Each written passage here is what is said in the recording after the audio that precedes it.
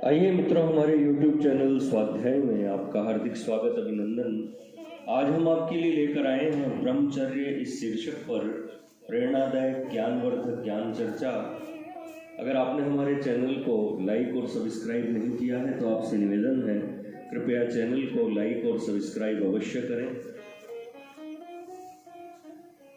जिस पर सर्वशक्तिमान परब्रह्म परमात्मा की कृपा होती है वही ब्रह्मचर्य के रहस्य और आनंद का पता पा सकता है। संसार में देखा जाता है कि ब्रह्मचर्य के रहस्य के जानने तथा उसके यथार्थ आनंद का अनुभव होने के पूर्व ही इंद्रियां मनुष्य को अपने सुख के आभास में फंसा डालती है। आभास इसलिए कहा गया है कि इंद्रियों में वस्तुतः किसी प्रकार का आनंद नहीं होता। उनमें जो आनंद भासमान होता है वह भी आत्मानंद ही है। रजोगुण के आवरण के कारण उसका पूर्ण स्वरूप नहीं दिख पड़ता। वह रजोगुण इंद्रियों में स्वाभाविक रीति से रहता है। आनंद का स्रोत तो वह आत्मा ही है। तेल तिलों से ही निकलता है, बालू से नहीं। इंद्रियां तो स्वयं जड़ है, उनमें आनंद कहाँ। प्रश्न यह उठता है कि आत्मानंद जब इंद्रियों द्वारा प्राप्त हो सकता है तो उसकी प्राप्ति के लिए इतना परिश्रम करते हुए कठिन ब्रह्मचर्य व्रत का पालन तथा घोर तप क्यों किया जाए। बात यह है कि इंद्रियों के भोग से कुछ ही काल में शरीर और अंतःकरण दुर्बल हो जाते हैं तथा स्वतः इंद्रियां भी जीर्ण शीर्ण हो जाती हैं, जिससे मनुष्य बेकाम हो जाता है और फिर उसमें कोई काम नहीं बनता। फिर जन्म भर विषयों को भोगते रहने से चिर अभ्यास के कारण भोग की अभिलाषा तीव्र हो जाती है, तृष्णा बढ़ जाती है। तब बड़े घोर कष्ट का सामना करना पड़ता है। मन का तो स्वभाव ही है कि जिसका उसे अभ्यास हुआ उसी ओर दौड़ा। वृद्धावस्था में तो उसे काबू में करना बड़ा ही कठिन होता है।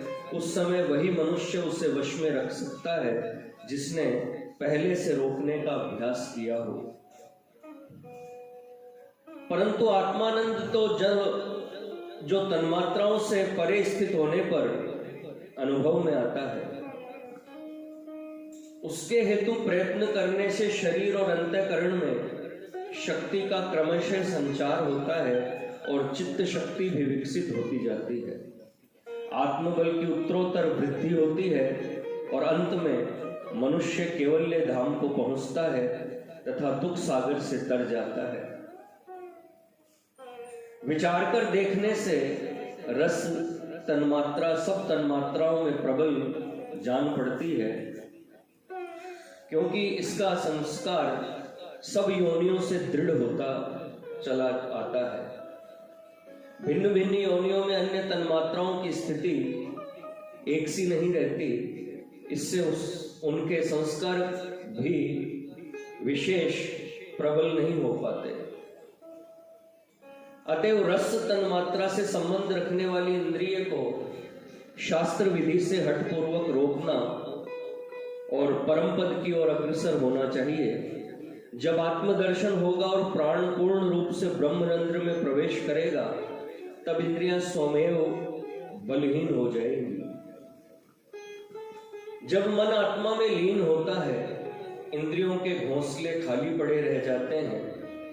जब इंद्रियों से प्राण निकाल लिया जाता है तब वही इंद्रियां जो पहले बड़ी प्रबल या चैतन्य थी मृतवत हो जाती हैं, क्योंकि जिस प्राण के द्वारा वे चैतन्य थी उसका प्रवाह रुक जाता है। आत्मदर्शन सब व्याधियों की एकमात्र औषधि है। ब्रह्मचर्य का विधि पूर्वक पालन करने से ही इसकी प्राप्ति होती है। शास्त्रों में ब्रह्मचर्य पालन के अनंत गुण लिखे हुए हैं। बहुधा देखा जाता है कि ब्रह्मचर्य की रक्षा के लिए मनुष्य मन को मार बैठते हैं, उसे गिरा देते हैं और अनेकों प्रकार से उसे निर्बीज कर देने की कोशिश करते हैं, पर वासनाओं के संस्कार की पोटली को सुरक्षित रखते हैं। ज्यों ज्यों मनमुखी रीति से मन के मारने की कोशिश की जाती है, त्यों ही त्यों अंतःकरण में घोर तम रूपी सुषुप्ति अवस्था प्राप्त होती जाती है और वह बीज रूप से स्थित वासनाओं के संस्कार तम के नीचे कुछ काल के लिए अदृश्य हो जाते हैं। मन ऐसी सरल वस्तु नहीं जो सहसा मर जाए।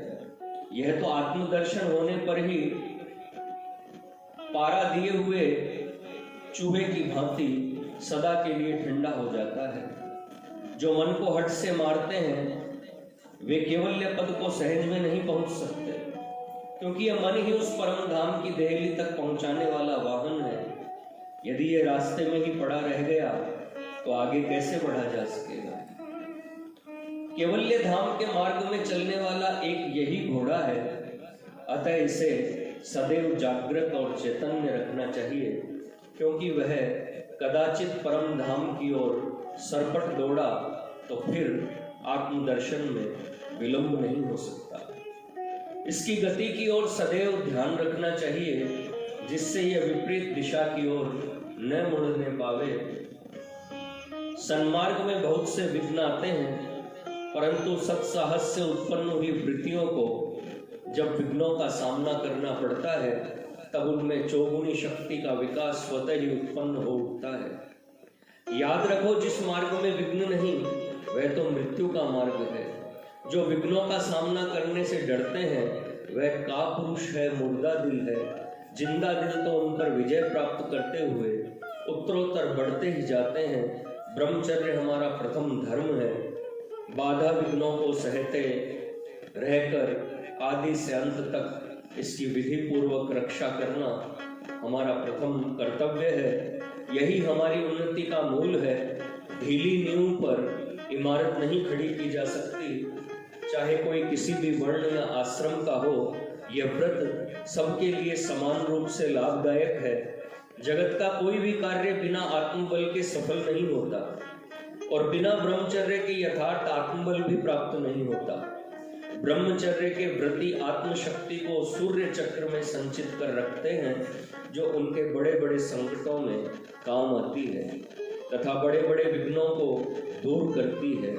इसे योगी ही प्रत्यक्ष कर सकता है, सब नहीं कर सकते। जो इसको प्रत्यक्ष करते हैं वे ही इसके प्रवाह को रोकना भी जानते हैं।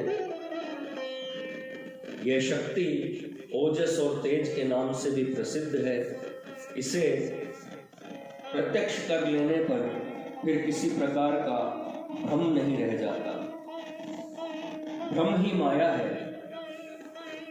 आत्मशक्ति उसी भ्रम की ओट में छिपी हुई है।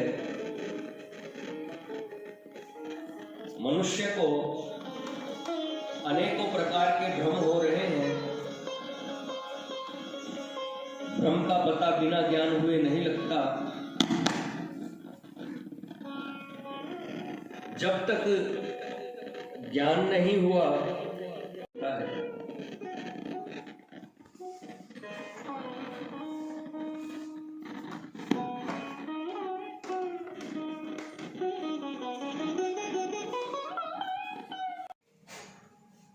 जब तक ज्ञान नहीं हुआ तब तक भ्रम ही सत्य प्रतीत होता है। भ्रम इंद्रियों का बिछाया हुआ जाल है। ज्ञान पंचतन मात्रा से परे है। अभ्यास के द्वारा अंतर्मुख की हुई वृत्ति ही माया की पोल खोलती है। माया की पोल खुली की वृत्ति स्वयं अंतर्मुख हो जाती है। अत्यंत तीव्र वैराग्य संपन्न पुरुष को ही यह सुलभ है। बहिर्मुख वृत्ति की वहां पहुंच नहीं। यह सब शांत चित्त में ही सुलभ है। जिसका बिंदु स्थिर है उसी का चित्त शांत है। बिंदु और चित्त का घनिष्ठ संबंध है। एक के चलायमान होने से दूसरा भी चलायमान हो जाता है। सब साधन मनुष्य योनि में ही सुलभ है, अन्य योनियों में नहीं। इतर योनियों में इन बातों की समझ नहीं रहती और देव योनि में किए हुए कर्म फल को प्राप्त ही नहीं होते। ऐसा शास्त्रों में प्रसिद्ध है। मनुष्येतर सारी योनियां भोग योनि है, जहां जीवों का उनके शुभ और अशुभ कर्मों के अनुसार जन्म होता है, परंतु मनुष्य योनि में भोग के अतिरिक्त भजन साधन का भी अवसर रहता है। इसलिए मनुष्य योनि में ही जीवनोद्देश्य की सफलता प्राप्त होती है। अतः इस जन्म में अपने विचारों को जागृत कर उचित शुभ कर्म करना चाहिए, और जो अलभ्य वस्तु इस योनि में ही प्राप्त होने वाली है, उसका बिना यथार्थ लाभ उठाए ही यह जीवन व्यर्थ नष्ट हो, इसका सदा ही विचार रखना चाहिए। इंद्रियों का सुख और मनमुखी कर्मों का फल भोग तो अनेक योनियों से करते आ रहे हैं। इस मानव जन्म की उपयोगिता को तो हमें इस बार शास्त्र विधि से वेदोक्त मार्ग पर चलकर अवश्य देखना चाहिए। अपनी उन्नति के लिए प्रत्येक पुरुष अपने जाने कुछ न कुछ परिश्रम तो करता ही है, परंतु वास्तविक उन्नति किसे कहते हैं और वह किस प्रकार प्राप्त हो सकती है, इसको ठीक ठीक न जानने के कारण मनुष्य भ्रमवश औरों की देखा देखी करते हुए मायाविनी इंद्रियों के जाल में फंसकर अपनी गांठ की पूंजी, बल और पुरुषार्थ को भी गंवा देता है।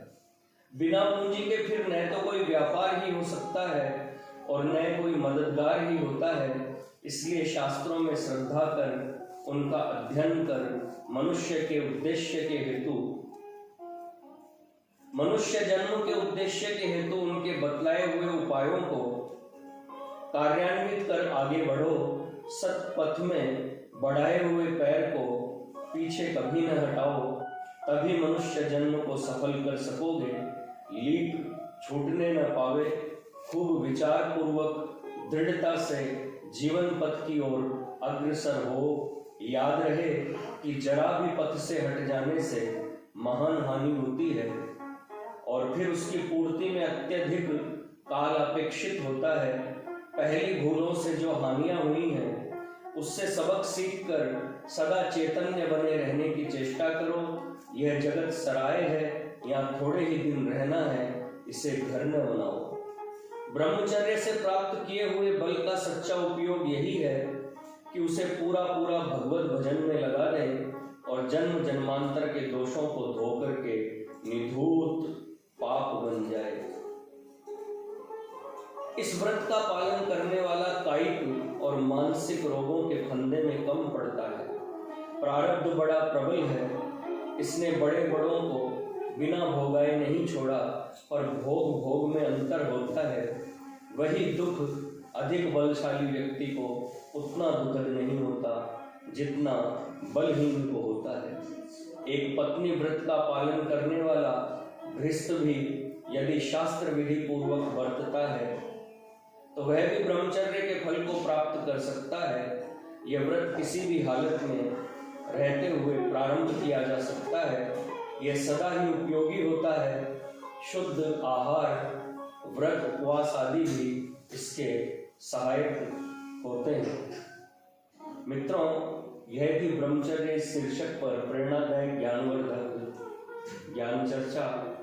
अगर आपको हमारा चैनल पसंद आए तो इसे लाइक और सब्सक्राइब अवश्य करें। धन्यवाद।